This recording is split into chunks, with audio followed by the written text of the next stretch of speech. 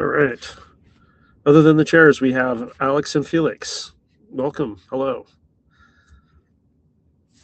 We will wait 3 to 5 minutes for more people to show up.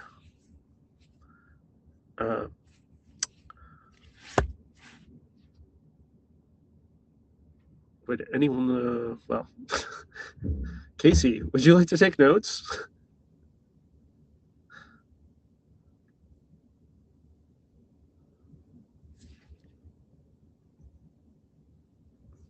Testing audio. Am I actually?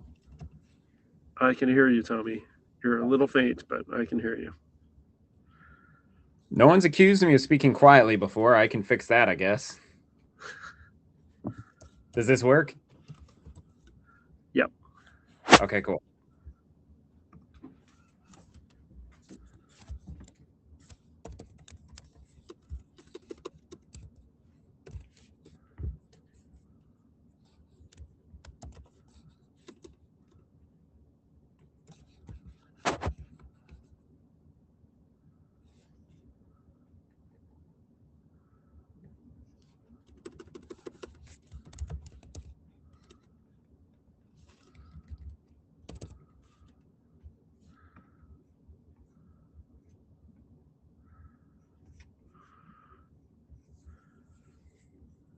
Yes, note takers, really.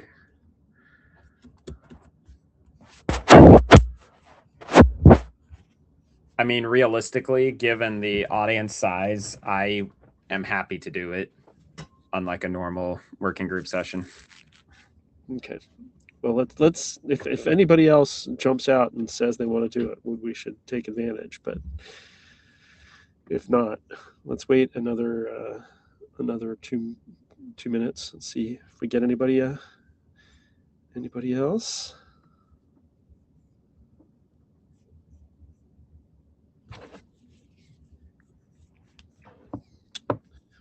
Felix, Rahel, do you guys have any slides, or do you want to just go through the document?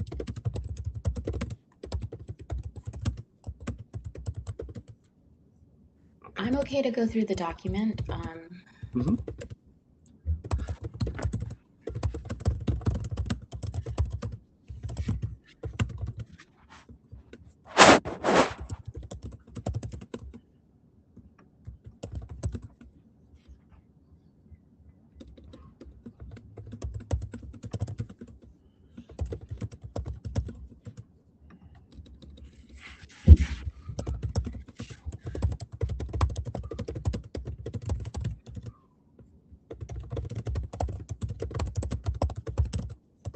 And Tommy, are you on a? No, I better share my screen if you're taking notes. Yeah. Okay. Please and thank you. Yeah. At least helping with them. I'm in a phone booth, so I am not on a. I'm not exactly on a large, 2 monitors or anything, but the diff that you prepared for the list. Yes. Why not? Okay. Well, I suppose since that has been sent on the list, I suppose us starting with that already now would not be a bad place to go.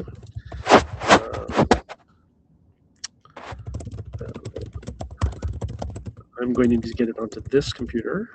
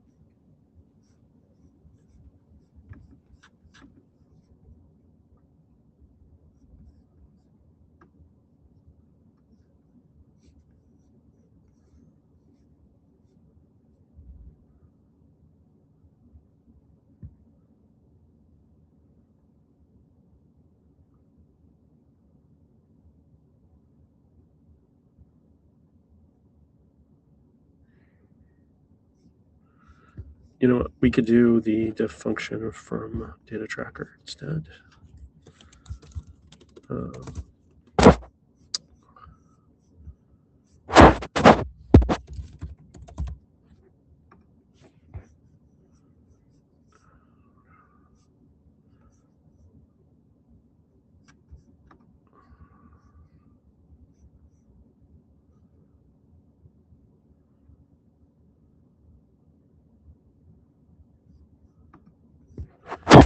All right, I'm going to share my screen and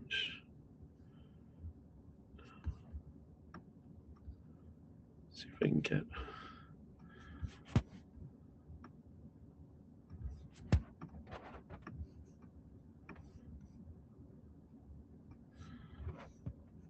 Okay, so note well.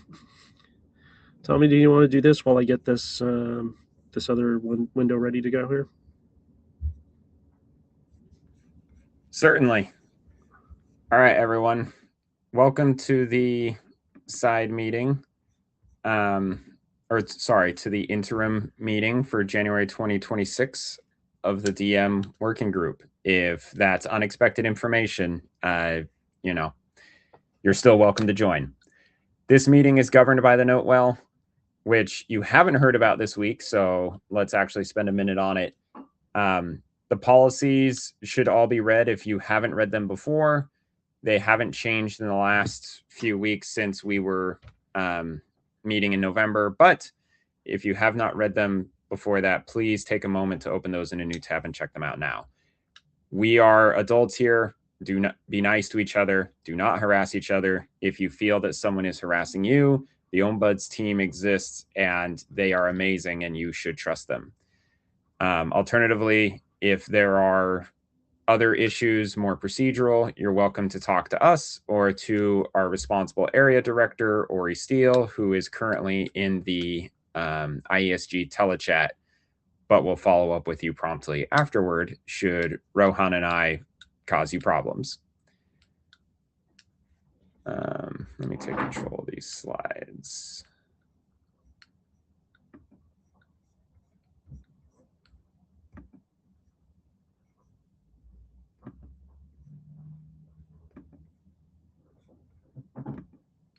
That's pretty much the whole Note Well anyway. Are you ready, Rohan?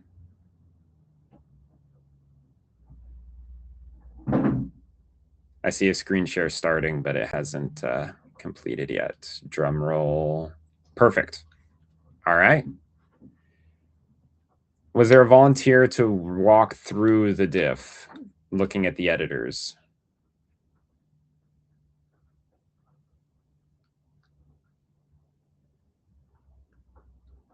Rahel, Felix? I'm going to pass control if you want.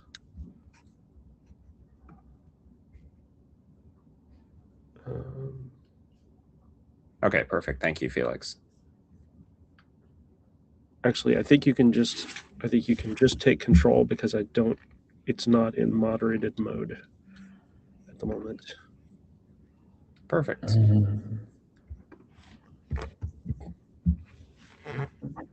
Sorry, who's taking control? If either you or Rahel should take control. By control, you mean control of the screen? Yeah, you can just. All right, maybe not. Yeah. All right. Just tell me when to scroll. If I can remote desktop, you're. Yeah, only in this window, which is not a particularly interesting window. But okay.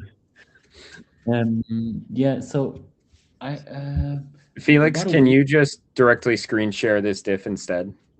Yeah. Can you share me a link? Can you share a link with me? Yeah.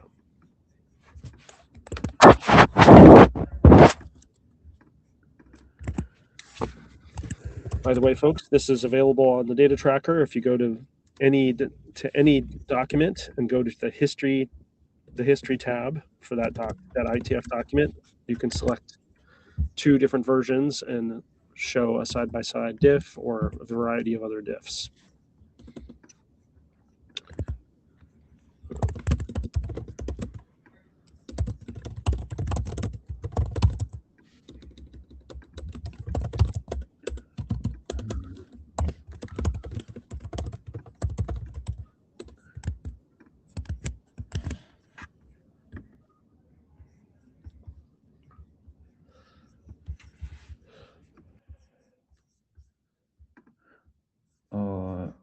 Okay, I can start the screen share.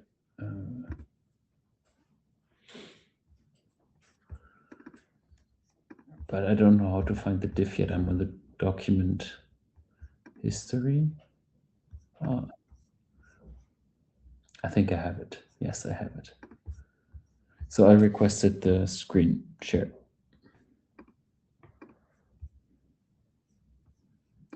Yes.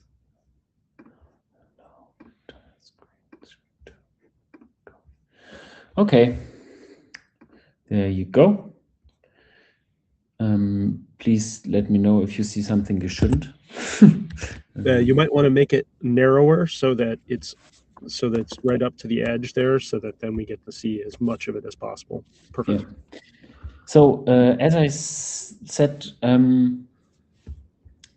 last week on the list, there are 5 major changes to this document. One is, and you see it here in the section 4.2 header, we replaced the term bearer with asset and tweaked some wording here and there for clarity. Previously, we had the term bearer and asset, and some mentioned that this is confusing as to the difference being unclear. Now we only have asset.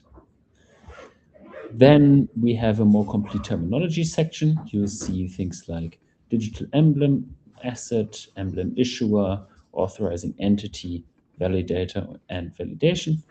And this terminology has been prepared by Sami Tekunya from the International Committee of the Red Cross and Natasha, I hope I pronounced her name, last name correctly, Natasha Chabra from the Australian Red Cross.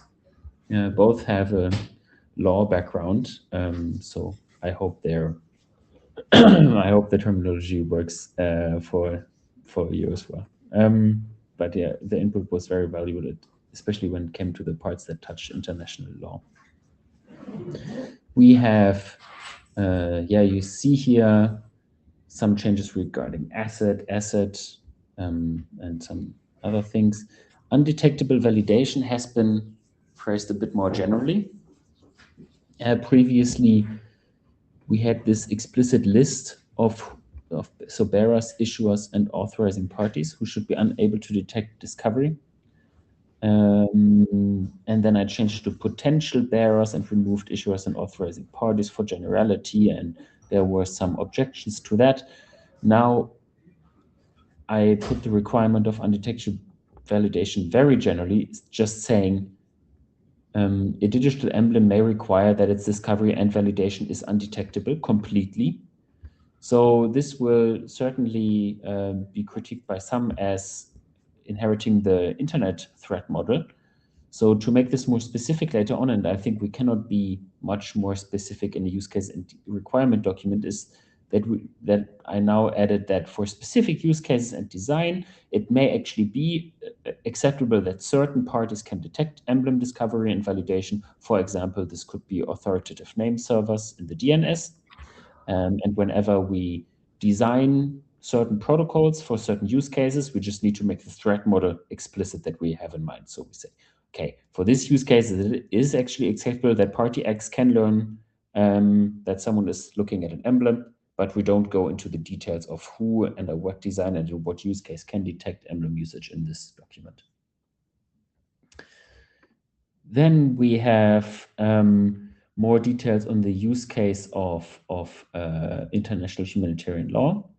So you can see here that in section 4.5, we have now some sections. We have a general background that remains largely unchanged from before. Then we have a domain model and stakeholder section explaining who what are we talking about? Who are the stakeholders in this setting? Concretely, we introduce, I think it's hard for me to parse the text live, but I'm quite sure we introduce emblem issuers specifically as parties that run operations that typically enjoy protection under international humanitarian law. We have authorizing parties, which in particular will be states, but could be independent parties as well. And there are validators, and we describe what validators typically want to do, where they're coming from, and assumptions on them. And then we have a section on this use case's requirements, where we reference back to the requirements listed in the draft and say why this use case has them and give some motivation for why that is the case. And finally, let me look at my diff. There are security considerations that have been prepared by Alison, which you can see here. Yeah, and that is the diff. Are there any questions on the diffs themselves or any specific wording?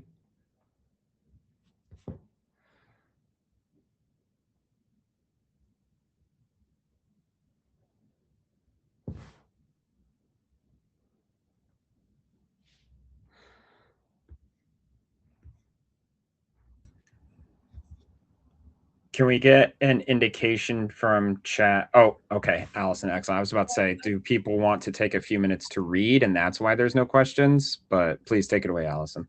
I just wanted to say the security considerations is meant to be get a little more specific and have some outline of what you would have in security considerations for different use cases. So there's another couple of paragraphs that are in preparation. But happy to get suggested text for that from people who are here who are participating too. We'd be happy to get other people's view because it's we definitely want to guide people that there are significant security considerations, but they vary by use case.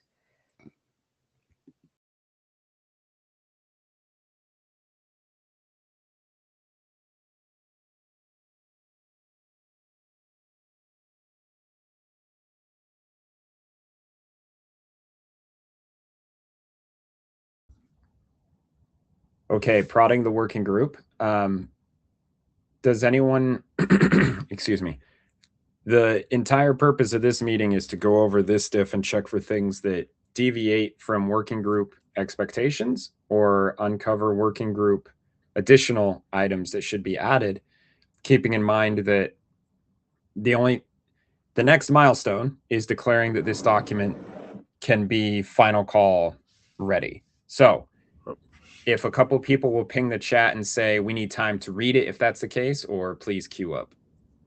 I mean, we also have a whole list of issues in GitHub, so we got plenty more stuff to work on. But yeah, this is a good place to test the temperature for sure.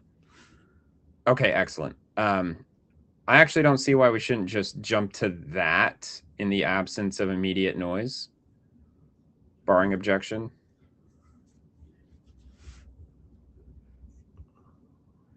Jim.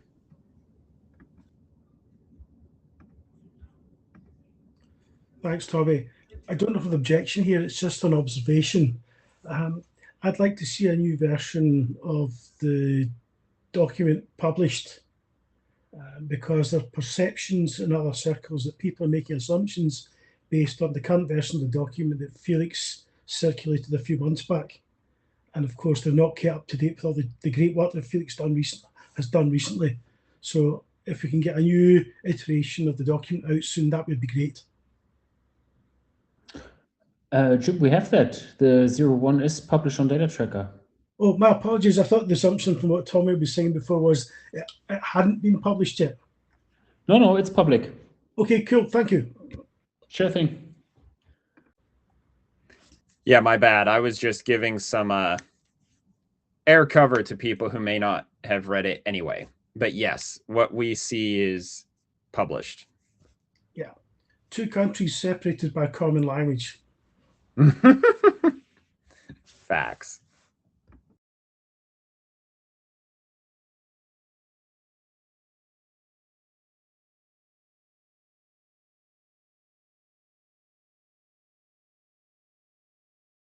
Okay. Felix or Rahel or Alex, does any of you want to go through this list of open issues here?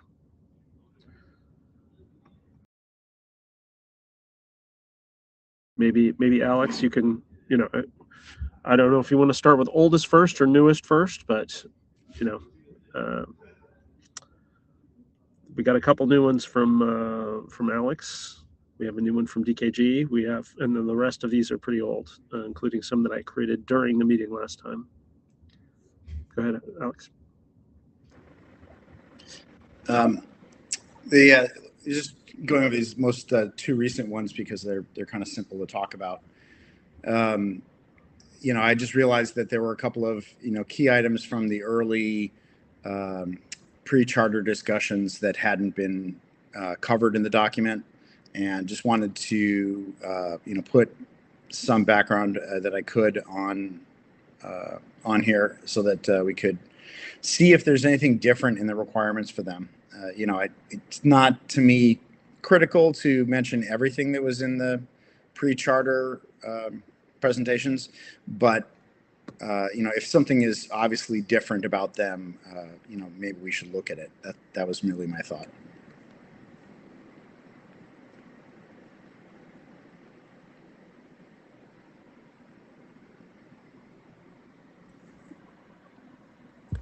All right, for issues 17 and 18, any working group thoughts?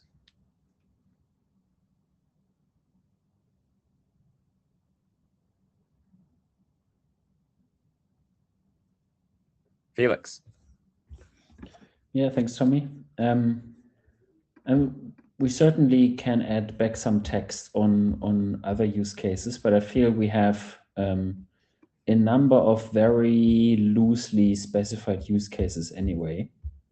For example, there's use case 5.10 on the World Health Organization that just has the sentences similar to the use case of the Red Cross, Red Crystal, and Red Crescent.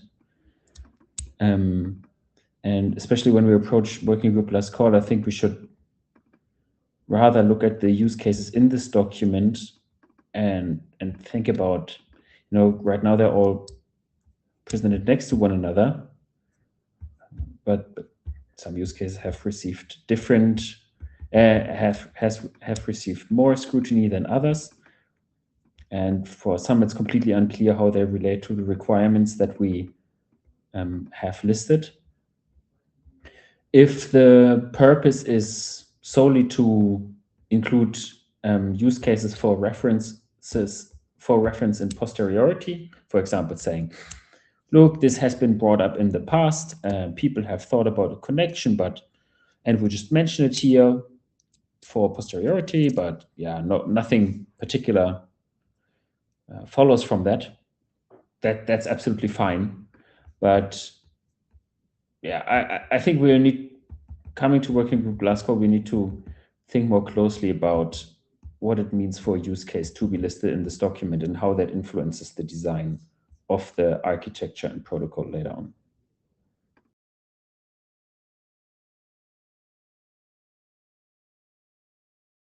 Okay, yeah, the other comment that I wanted to put in was that amongst the authors, we've had some discussion about trying to also get some more input from stakeholders. So I know that I personally have been reaching out to find input from the IAEA and hope to also do so for the OPCW use case.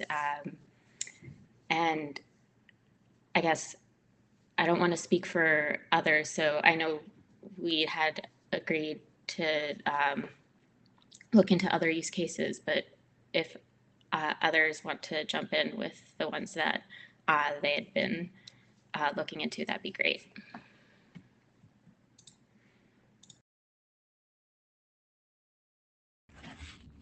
So I just want to say that I think that having more use cases in general is good, but we need to have quality. We need to have text first, and we need to have quality. And if there, and we need to be able to identify at least a representative stakeholder who can take a look at the requirements and say that something looks reasonable or not.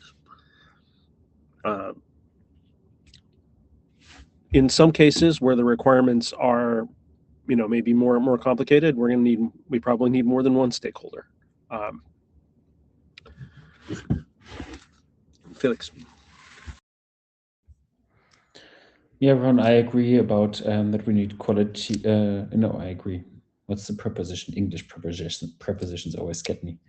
I agree with you that we need quality for the use cases. One further note that I wanted to make it, we can add more use cases, but I personally find it hard to I am not qualified. Let me just put it like this. I cannot add text I find meaningfully on ISO shipping containers and diplomatic bag rules because my experience with them is very limited. And I could do a couple of days of research to learn all this, but I don't think I'm the right person to do that. So if we want to bring up new use cases to add, I think we also need to identify people who can drive these use cases and add the text and take ownership of them so that the text becomes of high quality.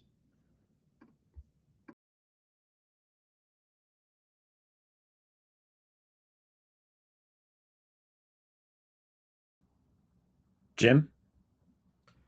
Thanks, Tommy. I agree wholeheartedly with everything that Felix has just said, but I'm a bit puzzled here. I thought we were initially going to be focusing primarily on the humanitarian use cases, and stuff to do with shipping containers was going to be kicked down the road for some time in the future, and perhaps in a year's time, or maybe even longer than that. What's changed, or have I misunderstood again? Jim, I think you've misunderstood that the requirements document is that we need to have the requirements document in a state where we can refer to it with a reasonable set of use cases. That set could continue to grow, but like the question when we do the architecture document is going to be, did you consider a number of additional use cases? How would that affect the choices that you make in this architecture? Okay. So Okay. we don't have to include everything, but to the extent that we can get good quality additional use cases, I think that that's very important. What I mentioned in the text chat is that Felix is absolutely right. Like having somebody just go in and try to write something up that they know nothing about, in the absence of some interest in that area and a contact that they can interview or that they can, sources that they can use. That's not productive use for a general purpose author. Yeah. I But agree. there's but a substantial number of us are qualified to be able to like look at a written use case and say, yeah, that looks plausible, that looks reasonable.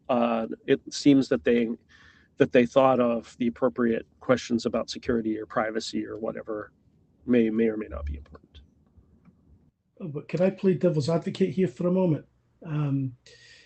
Would it be acceptable to say things like, say, for example, the shipping container use case for a requirements document to say, we have considered this and the text we were adding here is essentially a placeholder because we don't yet have the expertise to deal with it?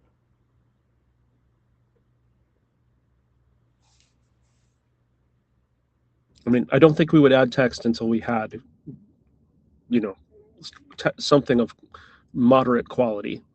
But yeah, but I think we're kind of in a problem here because if we don't have something moderate quality, then there'll be nothing in the requirements document, and then someone might come back to us later and point the finger, wagging the finger, says you didn't consider that use case.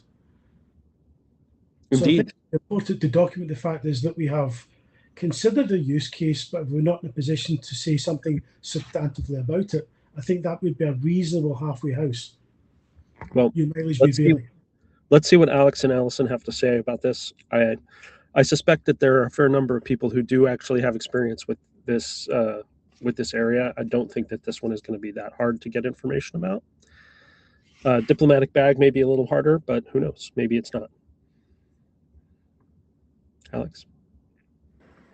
Yeah, a couple things. The ISO shipping containers case here, I think if you click through those links, they're they point to the the relevant standards. It does look like it's largely driven by French companies, which are not my language and not my country. So that's going to take some time to meet those folks and engage them. But they have, of all of the cases we've looked at in shipping containers, done more towards digitization than any of the other use cases we've discussed. That is to say that they have specific support for IoT-enabled containers that self-report location and things like that. So they do have we'll say, burgeoning digital standard to start with, and none of our other use cases do. So I think it's actually relevant to try engaging them. The other one here, diplomatic bag, like I said, that's from the original decks, and Bill Woodcock definitely has some expertise in that area. Allison probably can tell us a bit more about that, perhaps.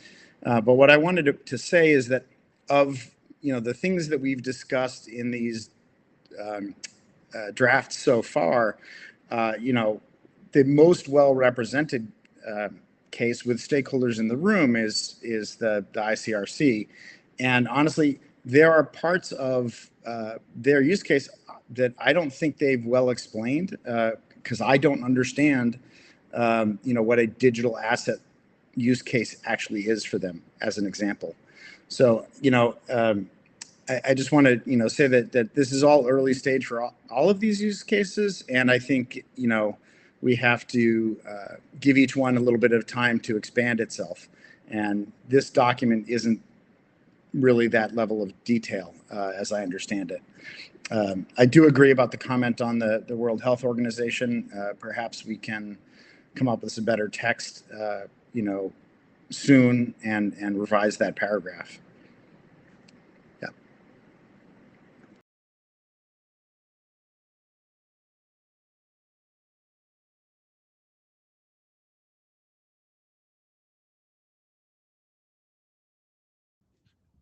Allison?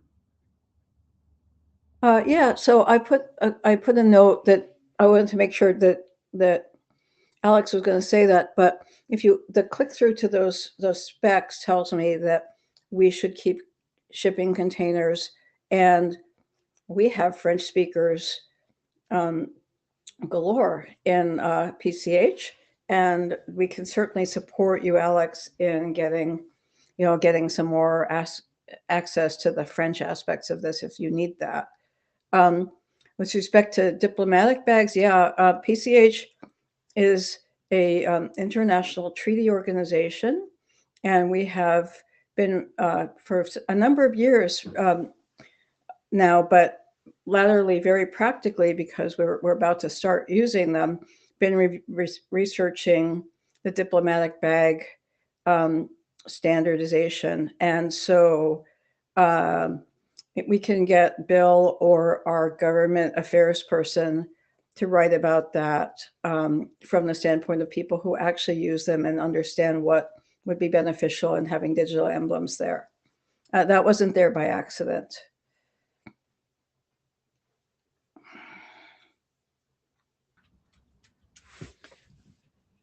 Thank you. So 2 points here. One, we zoomed out a bit to talk about general inclusion of use cases, which I think has been hammered. I'd like to prod the queue to talk specifically about the 2 examples here. As Allison says, we do have some details here. The question is what the working group wants to include. I'd like to prod one other thing, which I think, Rohan, correct me if you feel differently. We want this document to be inclusive of a superset of use cases that the working group may expand into, as I think we've hammered pretty hard. What we do not want to do is keep this document open for multiple years in an attempt to be fully comprehensive of all things in the world. This working group has been boffing as a community. It started boffing and then being here for, I think, 2 years now. So at some point we got to say, do it or don't do it. So this is a more aggressive prod by the chairs to say, if there's something that you want in here that's not in here, sooner rather than later, please.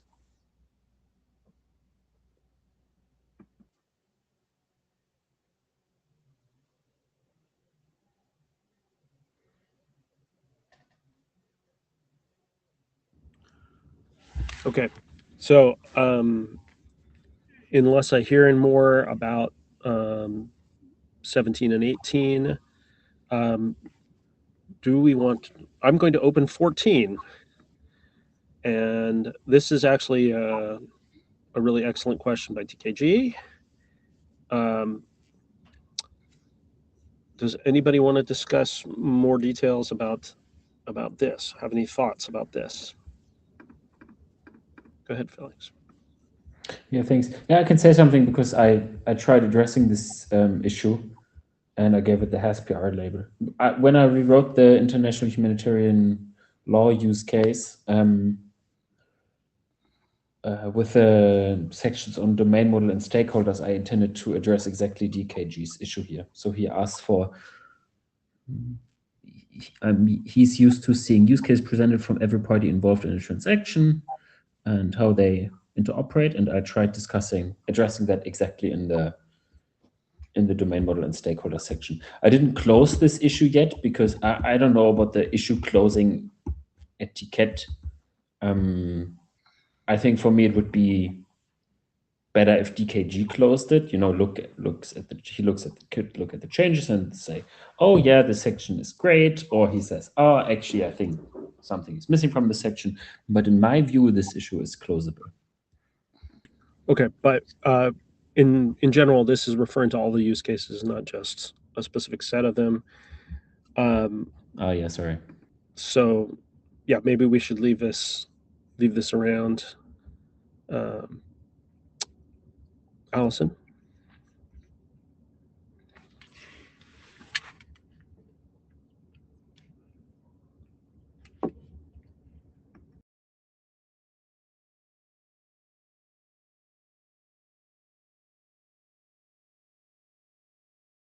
Allison, we can't hear you, Allison, just in case you were. Sorry, I was muted. Yeah. Sorry, I was muted. And looking at this again, I don't think we address DKG's issue simply by putting some text about about the roles, the verifier, the issuer, holder, authorizer in any given use case. I think we may want to add a section which says that there are these roles, and I don't think we have that, and that there's some discussion of it in some of the use cases, but these are important for the eventual architecture and protocol. So I would say that before we close this, we should put some more top-level text that is meant to guide the use cases, and then flesh out use cases with smaller, less detailed responses for each of the roles. I see Jim is saying, okay, yes, all right. The Manic folks, yeah, that's a different story. Yeah, so so I think we might want to say that we want to create a PR with some text. I'm going to ask my co-authors, if they agree with that, either in the notes section or in the discussion. Great. Yeah. And I mean, one possible conclusion for this would be to write a little template of this kind into the security consideration section, that when somebody writes a new use case, they can address the issues that show up there, or that could just be done, sort of behind the scenes. But this is not just a security considerations question, right? No, I don't think it is, but often, like, that sort of framing about parties, it is frequently discussed in security considerations. That's just an option.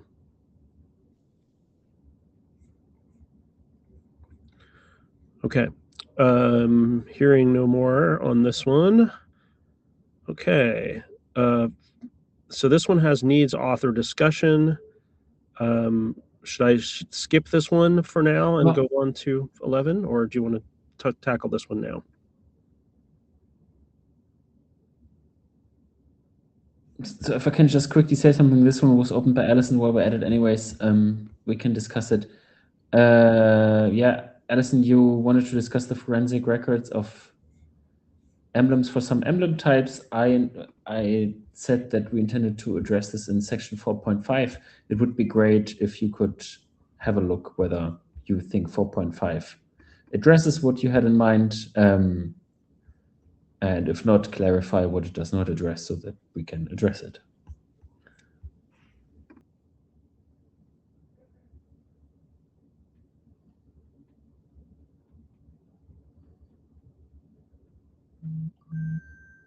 Yeah, maybe just for the record, maybe. We can go on to the next issue.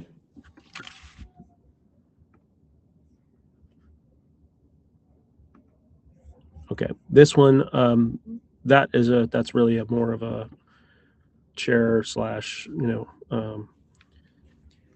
pedantic editorial question. Here we go. Which, just as a reminder to the group, the responsible AD said we should do. So rock, paper, scissors amongst yourselves, that still needs to be resolved.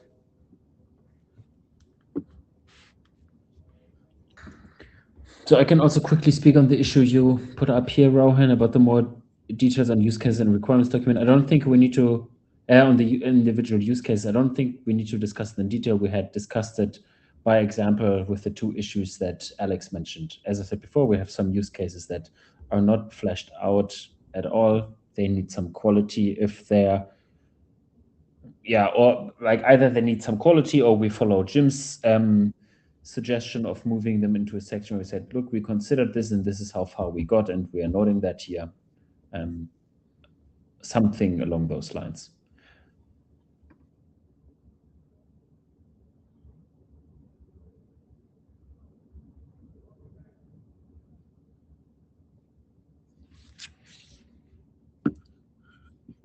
Okay.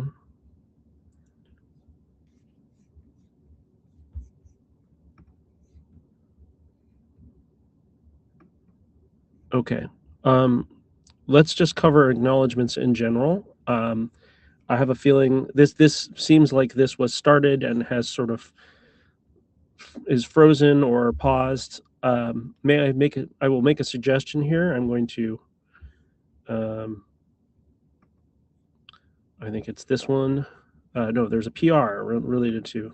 Pardon me. Okay, there's a PR related to acknowledgements, and it has this list of names. So, for example, one of the things that, if we're just saying that someone made a useful comment,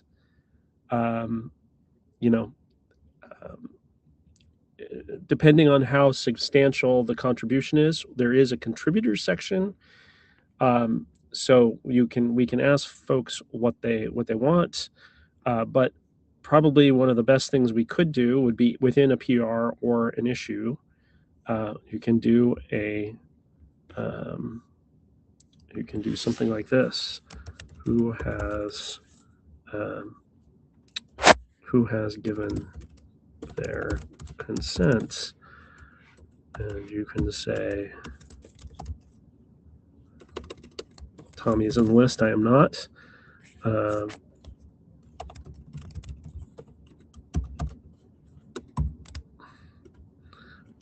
Alice, Bob, etc. You can do this, and then you get these nice little check boxes that you can tick. So I would recommend that we do this for housekeeping purposes. So if somebody wants to take ownership of that, please do something along those lines so we know when we're done. Because otherwise, this could be open, right before we go to do a working group last call.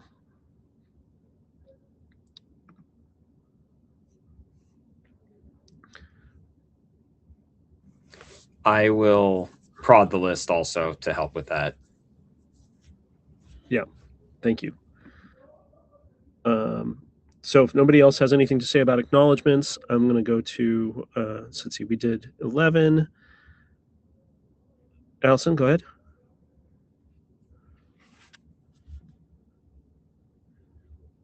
Again, you're muted if you're talking.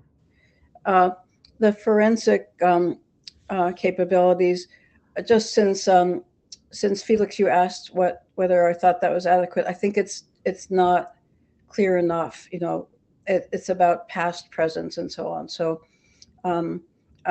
we need to propose. Maybe Rahel will be willing to do that, since that was originally an issue she brought up. Propose some more specific text soon on that.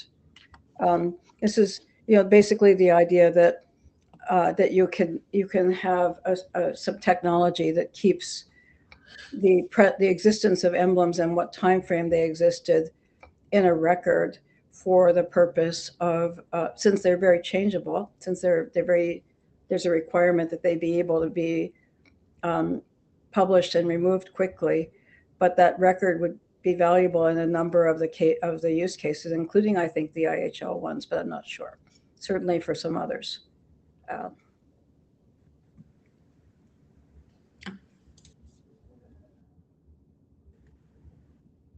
Yeah, I can speak a little bit more to that as well. The idea was also for use cases that would need some sort of enforcement. So one of the use cases in mind was particularly international humanitarian law, where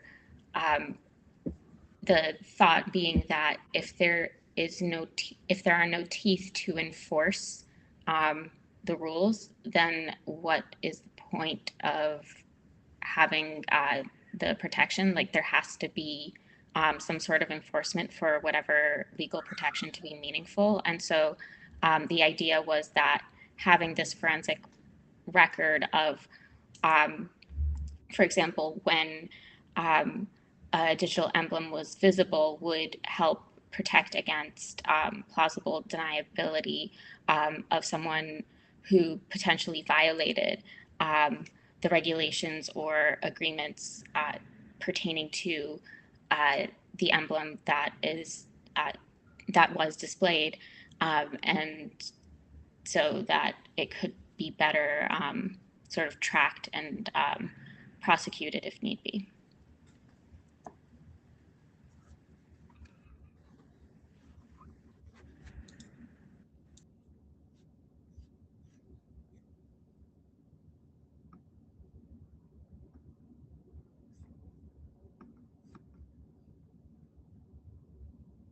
Alex, you may be muted. Yeah. Sorry, I was just waiting to be called on. The two things that come to my mind in terms of important forensics. One is just historical record of, you know, who edited and created the emblem and things like that, which would include non-publishable identification information, like, you know, internal company employee ID or something like that, you know, or Unix short name or whatever, you know, kind of identifying info is involved in the tools that create the records. But it would be a good idea to do some standardization of how that data is stored in the public part of the record. The other one is, you know, essentially information about each field in the record as to, in the standard, as to how it is temporal or not. That is to say, if somebody is scanning the record and they wish to keep a deep copy of the record to show how the record appeared at the time they scanned it, you know, which fields are considered essentially hashable or part of the formal part of the record at a timestamp versus something temporal that would change, like known GPS coordinates on a self-tracking emblem or something like that. Those are the ones that I've thought of, but I think there's probably more, and certainly this isn't my area of expertise.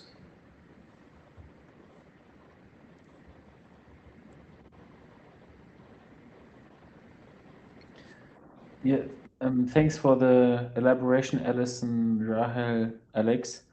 Alison, you suggested that Rahel may be able to provide some text, but Rahel didn't speak to that suggestion. Just for clarity, is someone feeling responsible of this issue and would like to add text work on it?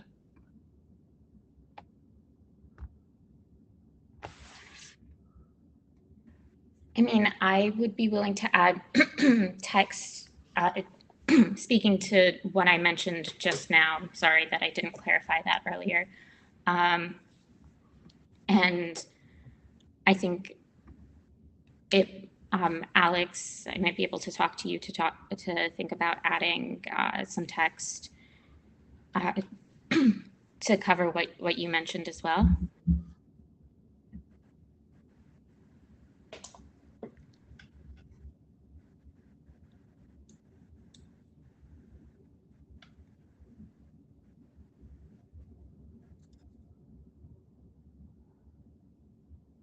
I guess I'll speak up. Can I suggest too, we haven't had, I've forgotten his name, but the person who leads White Flag with us since maybe the first or second BOF, but one of his strong interests was this forensic record. So we should reach out to him and ask him if he has already implemented something of this nature, because it's something that they have technology that's actually well suited. They use a blockchain, and I think one of the reasons was to have records about the existence and coming and going defenses in their environment. And he's from, if you recall, he's associated with the military, the Netherlands military. So there's practical use going on there. But I'm speaking for him but he spoke during the BOFs, and people may recall him talking about some of this.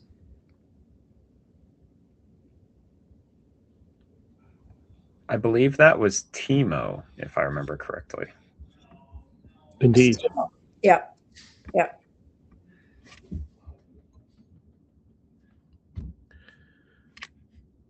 All right. So I guess the question is, who's going to talk to Timo? So it'd be nice to get, somebody to say, I'm going to talk to Timo, and I'm going to come back and point him at this issue or write what he said. That would be pretty nice. So there are 3 people assigned to this issue. So, just it'd be great if we get some progress on it. All right. Okay. Then we have bearer and asset question. This is, again, an old issue. So we've renamed all instances of bearer to assets. Anybody have anything? Anybody want to keep this issue open for any reason?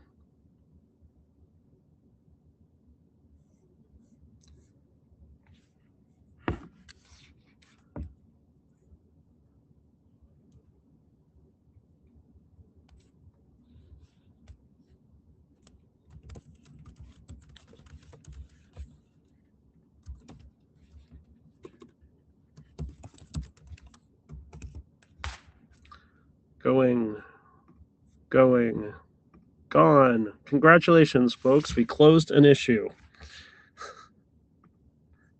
So I would encourage everyone to be thinking about, what can I do to either send texts, make a comment with concrete text on somebody else's PR, or close an issue, et cetera, et cetera. Okay.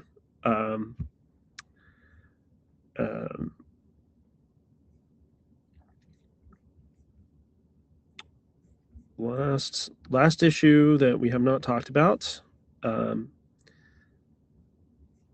This was the first issue that I brought up.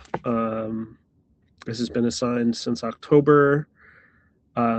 So Allison, you wrote a paragraph. I think that there could be a lot more a lot more issues regarding, there's no mention of any sort of security properties like confidentiality with respect to the contents of an emblem, or the lack of that requirement, or the privacy of the specific person who generated the emblem, perhaps, right there. The one property that's sort of specifically called out is this this undetectable validation, but the other properties, they were covered in a previous requirements discussion document, but we don't have some of that information in the current document now.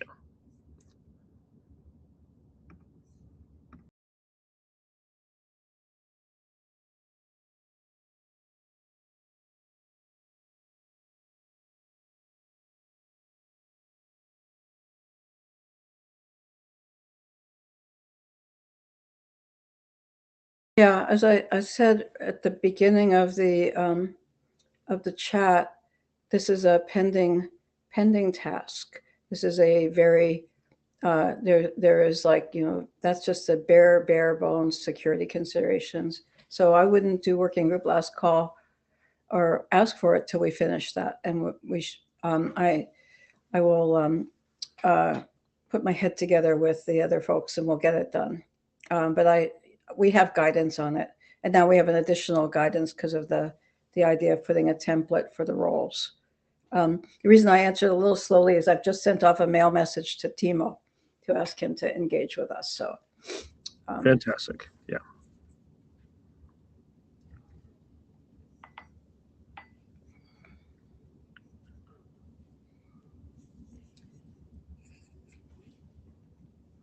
Okay. I'm going to pass things over to Tommy here, because I think I've walked through all of these with you guys. Awesome. I would actually like to prod the working group one more time before we move away from GitHub, because I think we spent the areas of the first two issues, 17 and 18, talking about the meta concerns around the scope of use cases. I just want to make sure that we have another hour here. While we have people in the room, can we get actionable feedback on this proposed text? Is it something that should be included? Is it something that should be expanded?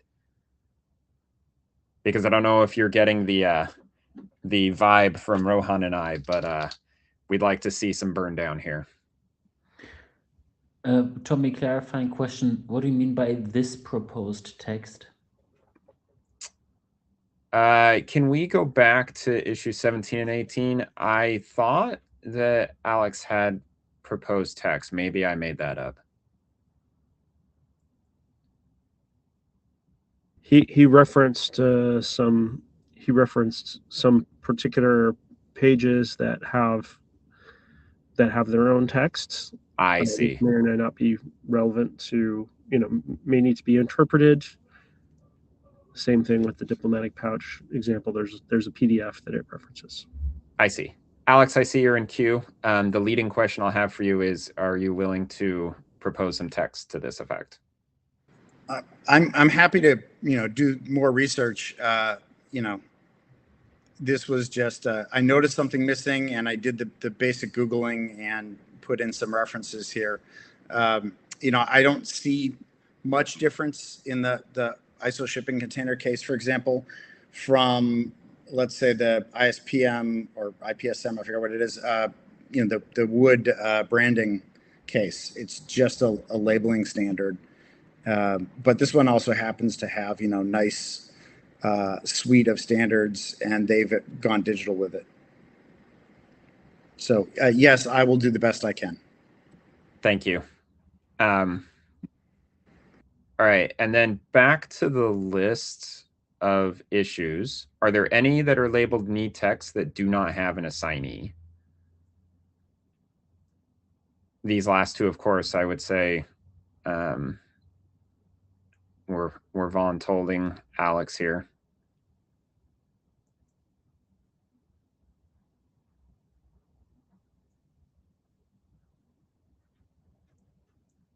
And then actually, I don't know why I restricted myself to needs text. If there's text without an assignee, that's interesting also.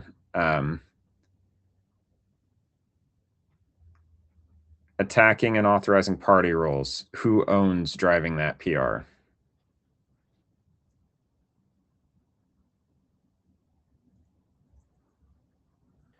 So Tommy, if I can make a I think I suggestion. took ownership of it. If you want to put me there, and I'm going to stay closer to these issues. I hadn't looked at them for a little while.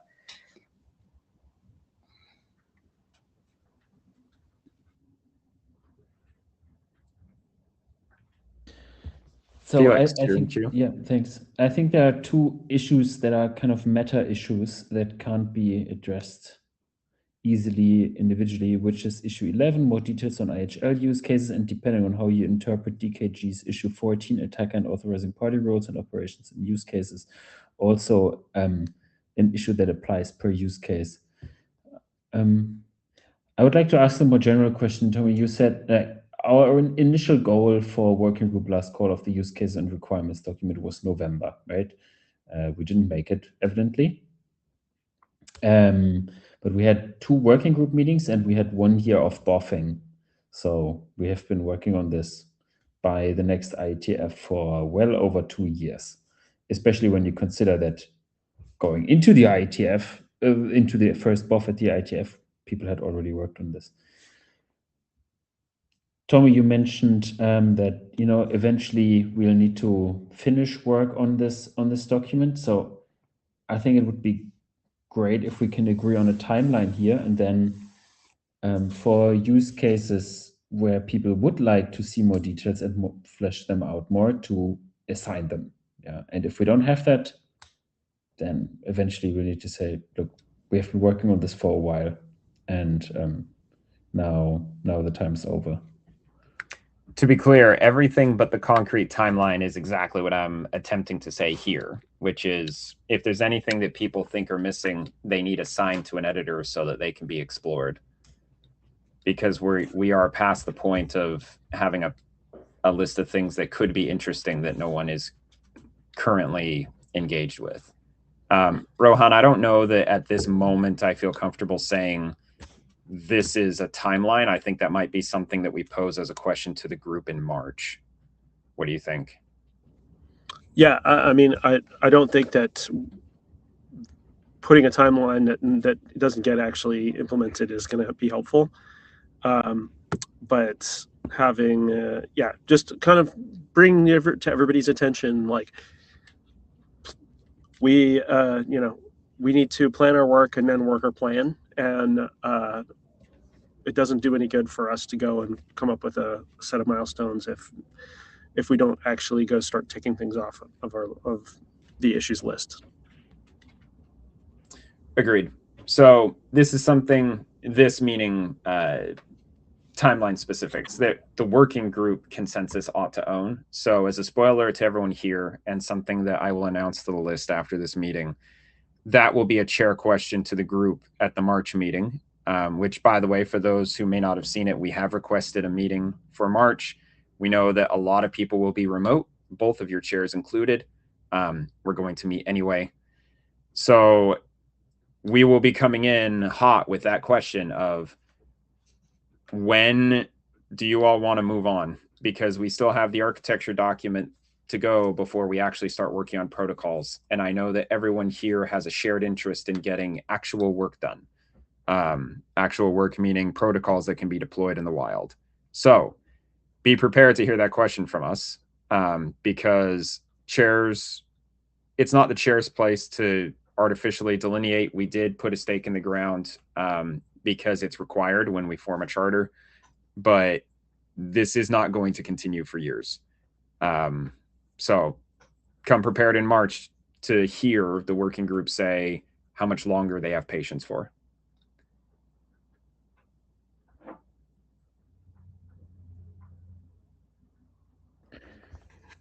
So 2 more questions, Tommy.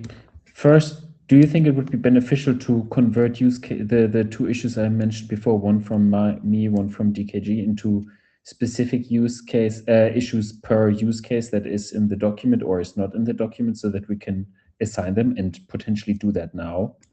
And because then we can also track which use case has no assignment. If there's Not as the chair, sure. I mean, basically, like this is for you guys, right? Yeah. So this is useful for the working group and for the chairs to see what's going on. But if you want to make more, like I would say, don't make fewer issues. But if you want to make more issues, go for it. But don't feel like you have to make an issue per use case. If you're planning on doing, oh, I'm gonna own use cases 2, 3, and 7, you can put an issue for deal with issue 14 for use cases 2, 3, and 7 as the name of an issue. That's perfectly fine. Okay, thanks. Yeah, I would just appreciate to know which use case, whether we have people that plan to address a use case, but yeah, we can do that differently. And my second question regarding the architecture document, is there anything stopping us from discussing the architecture document if there's a draft, for example, already at the next meeting? Because you asked, like, when do you want to move on?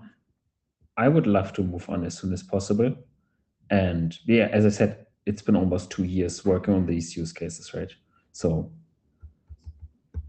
yeah, we can start, we can give some agenda time if there's list discussion on an individual draft. We're not going to have like multiple meetings about a draft that doesn't have list discussion, and we're not going to be, and we clearly cannot go to working group. We clearly cannot go to working group adoption on an architecture document until we have the requirements document done. But the like nobody is going to stop anyone from writing a draft, and no one can.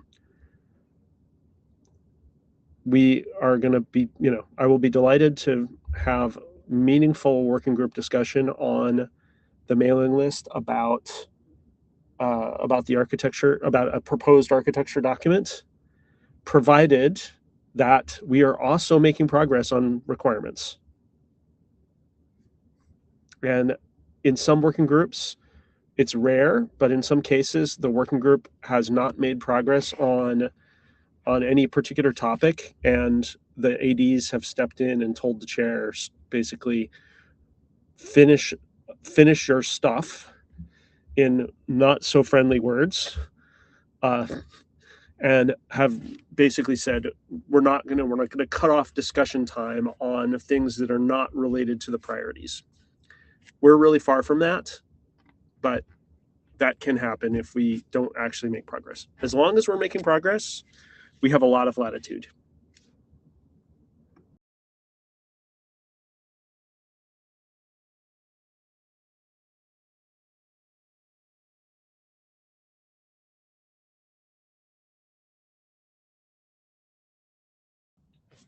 Okay, so we have been through the GitHub issues, and we've talked about the plan from now to the next IETF.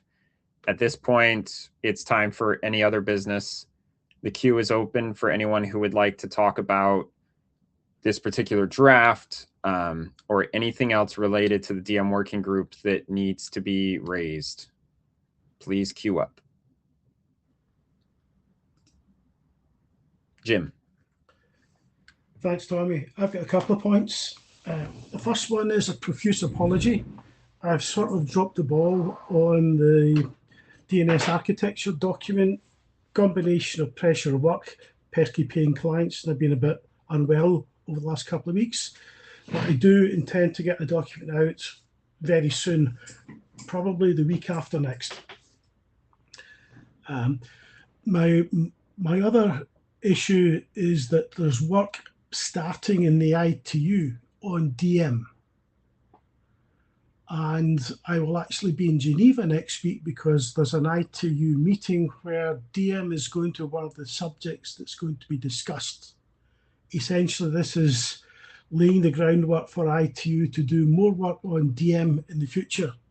So the way it works in that crazy organization is they're working on preparations for the big plenipotentiary meeting at the end of the year, where they essentially define the charter for the ITU for the next 4 years.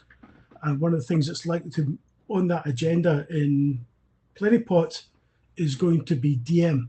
So I'm trying to figure out what's going on there, and also having a discussion with Arno today, who has been the instigator of that work in the ITU setting. And I'll be doing that next week when I'm in Geneva. So thanks for the heads up, Jim. Appreciated, as always, individual contributors participating and doing engagement with other communities on the DIEM topics. Speaking as chair for the working group as a whole, the IETF has an official liaison relationship with the ITU, which your working group chairs and AD have actually been actively engaging in. And as of this moment, the chairs actually owe a response to our AD on how we're going to proceed with that. So the ITU relationship specifically is proceeding in an official capacity as liaison. For Jim and everyone else, when you interact with people there or elsewhere, always encourage them to approach the working group as individuals and help contribute their expertise. In the context of how an organization like the ITU formally engages with the IETF, the guidelines are generally this: always redirect them to the liaison, and in general, you can also refer them to us and we will handle that for you. And then the IETF, for those who aren't familiar already, I know this is preaching to the choir for some, we do everything as participating individuals. There is no such concept as an organization coming to the mic line or an organization contributing draft text. That is not a thing. So please encourage people to come participate as individuals. Otherwise, in instances like this, where an organization is indeed engaging in the context of consuming our work to accomplish something or wanting to have a formal relationship engagement to co-own or otherwise formally contribute work, that needs to come to us and through a liaison.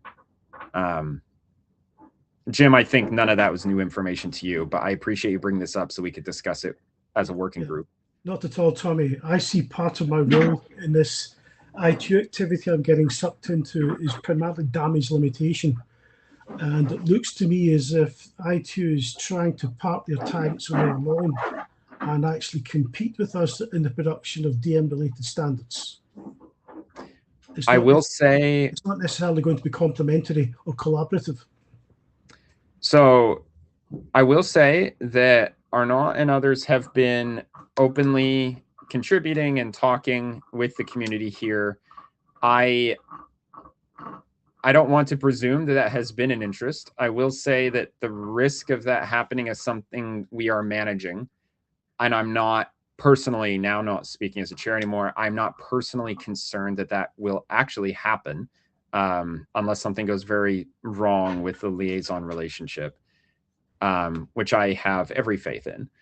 The DIEM standards are owned by the IETF. If the ITU wants to develop things, that's something that we will talk about through liaise to explain why that may not make sense, given that so far, everything we've talked about with DIEM and what we've chartered to do is based on IETF-owned protocols, specifically DNS. We own the DNS, not ITU. Yeah. One of the documents that's actually been adopted in ITU is DIEM use cases and requirements. Yes, which So, I'm going anyway, to not comment further and say that's something we will manage through the liaison. Same here, and that's one of the things I will be talking with Arno and others when I'm in Geneva next week. I could see a lot more about this issue, but this is not the time or place. Thank you for keeping track of that in the communities where you're involved. Please feel free to continue updating us on the list as you learn more.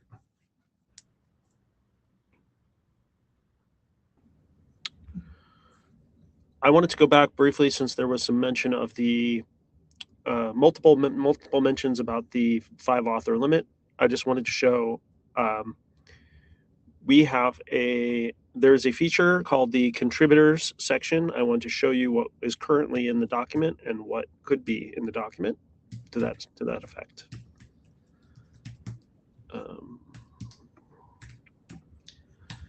Yes, I want to share. So currently, the beginning of the DIEM use cases document has this authors list, and then goes on to list some. Then here goes on to list some references.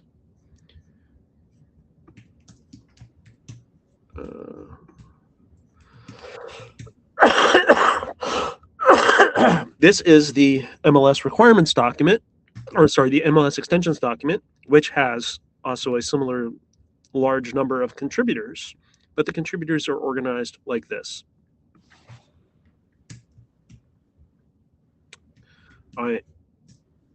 This is a logical way to go and take somebody whose name, was previously there and stick them here. So FYI, if anyone has any question about how to do this, it's pretty much that simple. Put contributor : and move some names over, and you're good to go.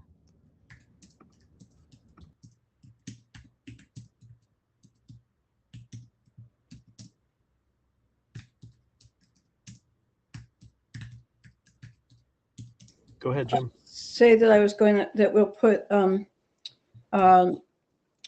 some of the people who authored the original document in the contributors, because we actually even have some of their text. So they're currently in acknowledgements, but that was a quick thing to do that we won't be keeping. So we'll certainly do that, and we'll talk among ourselves about getting ourselves to 5.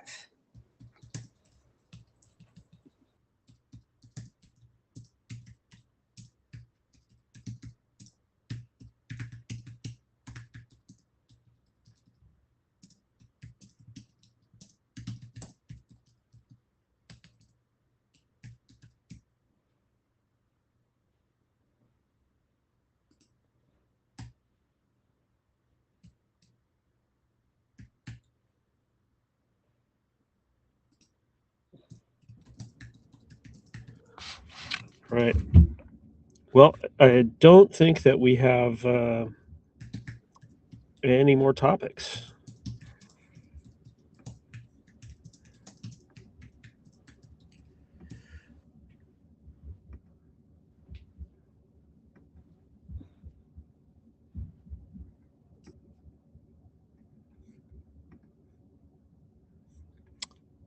Not hearing anything else. I will say I think we should wrap up here. Tommy, anything else you want to add? Nope. I was just wrapping up notes. I think this is pretty comprehensive. The chairs will hit the list with a preparation for what the March meeting will be about, and a reminder to people to check in on the consent for acknowledgement so that we can help the editors close that out. Goodbye, everybody. Thank you very much for coming. Have a good evening or afternoon or morning, whichever it may be. +1. Good to see y'all. Take care.